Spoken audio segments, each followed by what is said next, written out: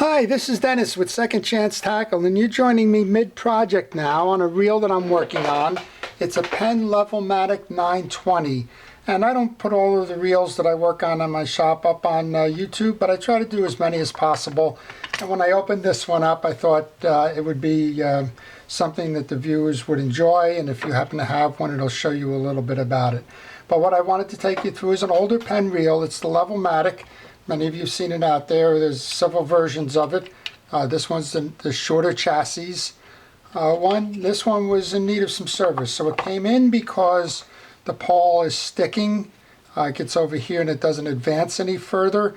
And I took this apart earlier, and it's been in pieces for a week or so on my desk, waiting for some replacement parts to come. And the truth is that there's a bend on the pawl, and that needed to be replaced, which is why it's in the position that it's in right now. However, I'll show you the workings of this reel. It's taken apart, but I'll show you how to put it back together, and for those of you that have one that want to take it apart, just simply reverse the steps. So this is a level wind reel, so as such it has a line guide and a pawl in it. It's a nicely made reel, the Levelmatic 920, and it has typically the gearing that you would see. It has a plastic gear inside, two wheels on the gear. The first one, the bigger one, is driven by the spool. The bigger one drives the line guide. The smaller one is driven by the gear on the back of the spool, and that makes this turn. So actually, I have to reverse. This drives the one, and that drives the other. At any rate, not too atypical of a level wind reel. You also have the worm, and you have the pawl, and you have the line guide. That's what makes this thing tick. On the inside, we have a bridge that is a little bit the same, a little bit different, but you have your jack and your yoke kind of coming backwards at you, the spool gear, and I've taken off the drag set, and we'll show you how to set those. I took those off because the drags needed to be replaced. These are the older ones. They're brittle, they're worn, and they're cracked. And we weren't expecting to see that, but whenever I get a reel into my shop, I always want to make sure that we go beyond just the repair requested and that we get all of the work done that needs to make this thing last for some time. Your jack is pushed down by the free spool assembly on the back of the side plate. Pushes it down, it pulls this out, and that releases the spool. There's a little kick starter here, so that the tag on our jack here is inserted in here, and then with one turn of the wheel it will trip back. So that's kind of how that works. And the anti-reverse is a friction anti-reverse. It's sitting on this side. You'll see that as it moves, it kind of works in a friction kind of a set. So with that, that's the internal workings of the bridge. I'm not going to spend a lot of time on that, but I did want to show you the drag replacement. This simply was pulled off. I've taken the old washers off. They looked like they were original to the reel. We're going to go put some Cal's Universal Dry Grease on that. Going to work it in good with that protected glove hand. Put that in. The next up is the round washers. You want to make sure they're nice and clean.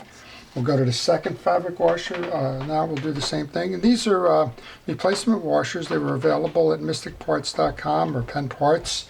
That's the pennparts.com. That's the new site for that. And they're still available. Now, a lot of parts for this reel are no longer available. So if there's some broken pieces of parts, you may have to find a donor reel in order to service a reel of yours that may have the broken parts. So check with pennparts.com. Some of the more common ones are available. Some of the less common ones no longer available. Okay, I'm going to take it at this point. I'm going to put that back on the stack.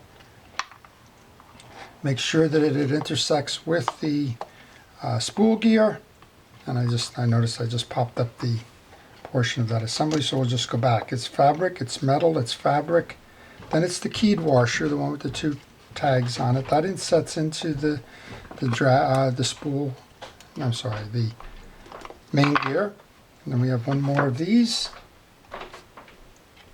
We'll butter that up the same way. I put a little bit of the universal dry grease on there, rub it in with my gloved hand, grab that last washer, and then there's a cap washer, and then there's the ferrule.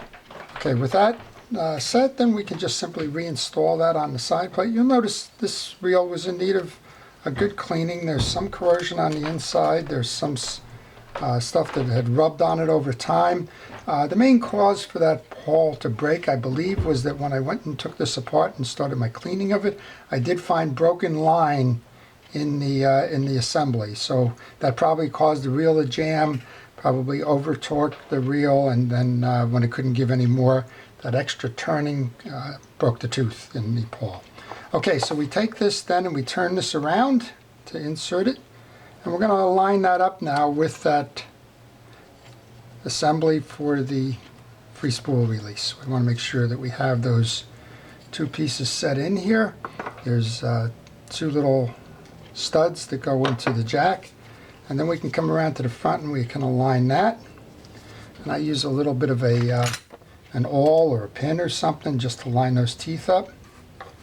And then I can grab one of those screws from my parts bucket, and those of you that watch my channel know that I recommend all the time that you keep a parts tray available so that you know where to look for your pieces and parts. And there are a lot of screws on this side plate, so you want to make sure that you know where they came from and which screws are which, so that as you go ahead and reassemble the reel, that you have them all in the right place. And I'm having a little bit of difficulty with the alignment there. I usually do. That's why I tend to use this awl. And it's always the first one, getting the first one set there, because you're working with that free spool release mechanism there. Okay, that looks like that's set. And I'm not going to tighten that all the way down until I put that second screw in, just to make sure I have some play. For the same reason, I guess my dad would have called it wiggle room, but you want to make sure that you have that set properly, and it looks like we're still a little bit short there. So nice reel.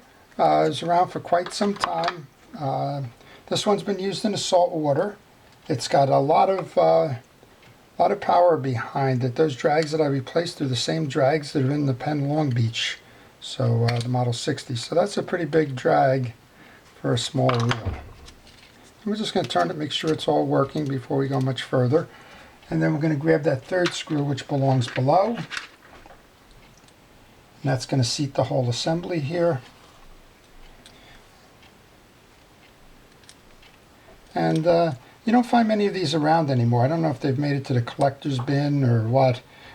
This reel is kind of similar to the Penn 9. I know there's a lot of folks out there with the Penn 9 and the 109 in those. It's kind of similar, a little bit more dressy in that regard. Metal pieces versus Bakelite pieces, but overall it's a nice reel. And like I said, this one's been used in the salt water, hasn't been serviced in some time. There was a lot of cleaning up that went into this while I was waiting for the pieces and the parts. But we're back now and we're ready to put this one back into service. So again, if you're taking this reel apart as opposed to just joining me to put it back together again, you want to check a couple of things. The first thing that told me that drags were needed was when I opened this up and I found a no gap in the ferrule here. That usually means that you have severe wear, that you've pressed those down all the way possible. So always check when you're buying a used reel, particularly, what kind of spacing you have between the outside ferrule and the internal ferrule here. If you don't have a lot of spacing, chances are that the drags are worn and are going to need to be replaced. That doesn't make it a bad thing. That just means that you're going to have to replace them. That's all. Okay, so just checking the operation here, and we're good. Okay, so on the back side, I cleaned this up. I lubed it. There's a bearing in there. We have a spool assembly next. And you want to make sure as you put this in that you don't catch that piece of line on the outside, because if you catch it on the outside, it's not going to seat properly. We're going to turn that in, and then we're going to turn our attention. We're going to put a little bit of blue grease onto the spool shaft, and then we're going to turn our attention to replacing that pawl, and we should be good to go with this reel. So Just lining everything up here. There's a stud. This is the stud. There's a hole in the case down here. You want to make sure that that stud lines up with that to get this properly set. And that's right, that sits right over the reel seat. So there we go. All right, we're set now.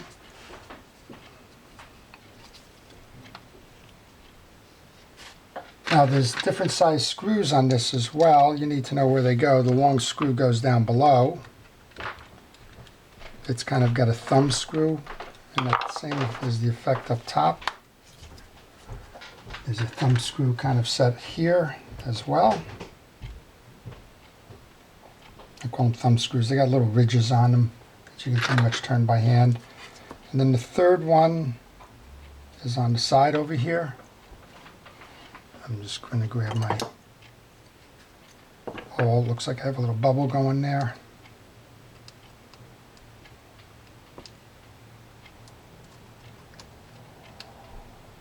Those of you who watch the videos know I have a little bit of trouble with small pieces and parts. And I guess it's that time in the video, right? So let's get that started there. And I need to just back that off a little bit. Just going to put the other one in while I have it. And there's one that's just a different screw. I don't know if that one was a thumb screw that got lost and replaced by a different one, or if that's actually the screw that belongs in this reel. That's not a big problem, as long as we hold the case on. There we go. Okay, so now we're just going to tighten them down. Once I get all of those in here, we'll rebuild the side piece here. We did nice new drags. We've moved the inside. We've cleaned off an awful lot of the corrosion that was internal to that, a lot of salt buildup and the like. Replaced the drags. Now we're going to replace the pawl. So you have to order the pawl. It comes from mysticparts.com, which is the former pennparts.com site. Nice folks over there. They're eager to help you. If you get online there, you have a pen reel and you need parts for it, they can certainly help you get that done. All right, we're turning nicely, but as you notice, we're not turning with the pawl. We're just going to go ahead and put the handle back on. I'm going to buff that up a little bit since I have it off. Quality pieces and parts throughout. That's the pen reel. Now this one's fun because you don't see this handle nut too much. They actually make a special wrench for it. It probably came along with it, but you don't typically find it around. Your reel wrench from Penn is not going to work on that. This is a Penn wrench, but it probably is only for these, and it fits it perfect. I would recommend you, if you have the reel, you might have the wrench. If you bought it secondhand and you don't, just be careful if you're using pliers to take it off. Nothing like messing up a nut with the pliers. If you can avoid it, I recommend you avoiding it. Okay, so we're just going to tighten that down till we get that little indentation in the handle screw aligned with the set screw for the handle. Go ahead and put that back on.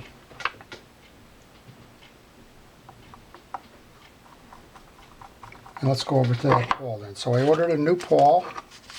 You know, I didn't take that off at this point. To do that, you remove the cap on the bottom of the line guide. You have to pull it over to one side to make sure that you have clearance for your screwdriver. Pull that off. Pawl came out in this, and you can see in this pawl that this side the tip is broken off of. So here's the new one. I'll go ahead and insert that. Now these are one of the parts that's on near discontinuance, so you could ruin a reel or have a perfectly good reel that you can't use, and you can see the difference here. Hopefully you can see the difference here in the size of the fork on that new one versus old. This reel could be junk in a little bit just because the pawl would not be available. And so what do folks do with that? They typically remove the line guide assembly, and fish it as a conventional reel. So now we're just going to go ahead and just work to get that cap started. And then once we get that cap screw started, we can just work to tighten it down. Okay, so not in there yet.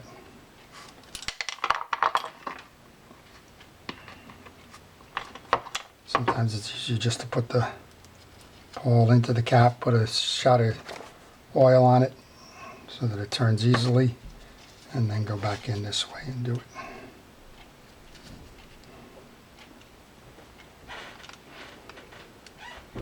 This is when my hands get too big for the job. But we will get it. We always do. Okay, we're set there. So now I'm going to slide it over to one side. So you got to make sure that the fork in the pawl meshes easily. And sometimes it doesn't. You just kind of have to work it. Keep spinning it so that it engages in the teeth, and then tighten it down a little bit at a time until it seats. And it's not seating there. And it's just something that experience teaches you. Just have to be patient. And eventually it'll work itself into the groove. I think we have it now. I apologize if that was just off camera. Okay, so now we have a reel. Oh, we're stuck.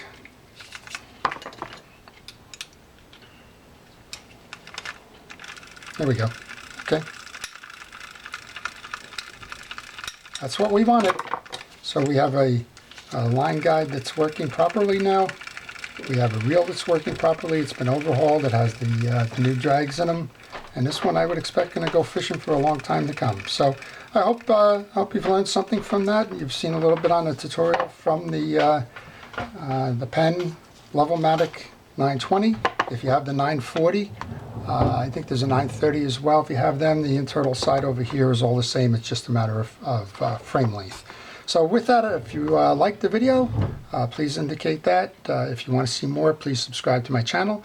This is Dennis with Second Chance Tackle. Thank you for viewing it.